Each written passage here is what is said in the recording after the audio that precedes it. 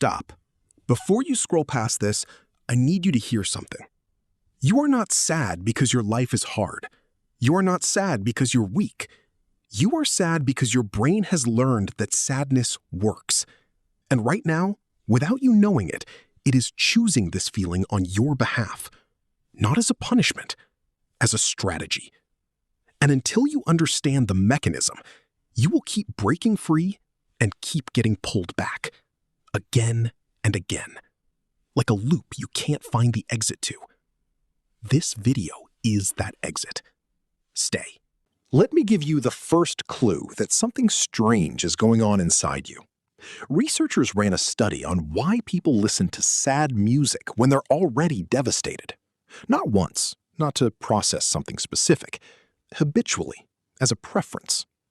What they found broke the obvious explanation. Sad music, for most people, doesn't make the pain worse. It soothes it. Not by solving anything, but by making the feeling feel recognized, contained, safe. Your brain chose sadness because sadness felt like home. And that's the line that changes everything. Your brain is not wired to make you happy. It is wired to make you certain. Certainty is oxygen for your nervous system. And if sadness is what you've always known, your brain will manufacture it the same way your lungs manufacture breath. Automatically, quietly, without asking your permission. Now, here's where the trap closes around you. There's a structure in your brain called the default mode network. It switches on the moment you're not focused on anything. Lying in bed at 2 a.m., staring out a window, driving the same road you've driven 1,000 times. Scientists used to think it was background noise. Then they discovered what it actually does. The DMN constructs your sense of self. It simulates the future. It builds the story of who you are. And it is the exact same network that drives rumination. That loop where you replay the conversation you should have had, re-experience the rejection, rewind the mistake for the 500th time. Your brain isn't torturing you when it does this. It genuinely believes it's protecting you. It thinks, if I can analyze this enough, I'll find the lesson that keeps me safe next time. But here's the brutal irony. Every time you replay that memory, you're not solving it. You're strengthening the neural pathway. You're pouring concrete on the road to sadness, making it wider, smoother, the default route. Until one day, you stop noticing you're on it. And this is the layer almost no one talks about, the deepest trap. At some point, and this happens slowly, invisibly, sadness stops being an emotion and becomes a personality. I'm just a dark person. I've always been this way. That's just who I am. The second that thought takes root, your brain activates something that neuroscientists call identity protection, and it is ferocious. Studies show that threatening a person's self-concept activates the same brain regions as physical pain. Your brain defends your identity harder than it defends almost anything else. So when hope shows up, when a good relationship appears, when a real opportunity lands in your lap, your brain doesn't cheer. Sometimes it panics. Because if you're not the sad one anymore, who are you? That blank space is more frightening than the weight you've carried for years. This is why people leave relationships that actually work. This is why people miss opportunities that are right there. Not stupidity, not self-destruction for its own sake. The brain defending a story it has decided is you. So how do you actually get out? Not affirmations, not journaling about gratitude, not forcing a smile until it feels real. Your brain is a sophisticated lie detector.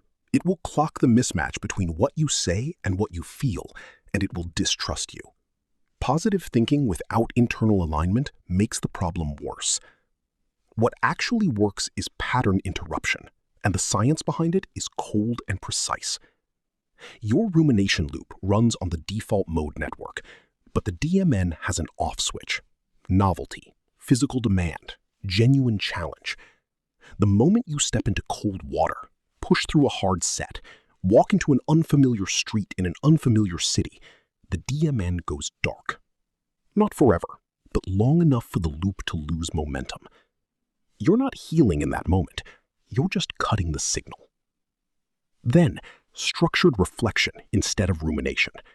There's a fundamental difference between replaying a memory and closing it. Closing looks like this. Write down what happened in one paragraph. Name the emotion precisely. Extract exactly one usable lesson and physically shut the notebook. Your brain was looping because it needed resolution. You just gave it resolution. File closed. Third, and this one is counterintuitive, change the identity before you change the behavior. If you try to act like a happy person while still believing you are fundamentally broken, the behavior will collapse. The brain will correct back to the story. Start with something your brain can't argue with. I am someone who is learning to feel okay. Not a lie, not toxic positivity, a direction. And a brain with a direction moves. And finally, stop fighting the sadness. Get curious about it. The next time it shows up, ask, what is this protecting me from right now? The moment you observe the pattern from outside it, you create a gap, a sliver of space between the feeling and your response to it. That gap is small, but that gap is everything. That gap is where you stop being someone the loop happens to and start being the one who notices it happening. Your brain is not your enemy. It is a survival machine, running code written by every hard thing that ever happened to you. It learned sadness to protect you. It just never got the update that you survived. You can rewrite it. Not overnight, not with a single video, but it starts here, with understanding the mechanism, because you can't escape a trap you can't see. Now you see it. If this hits somewhere real, share it.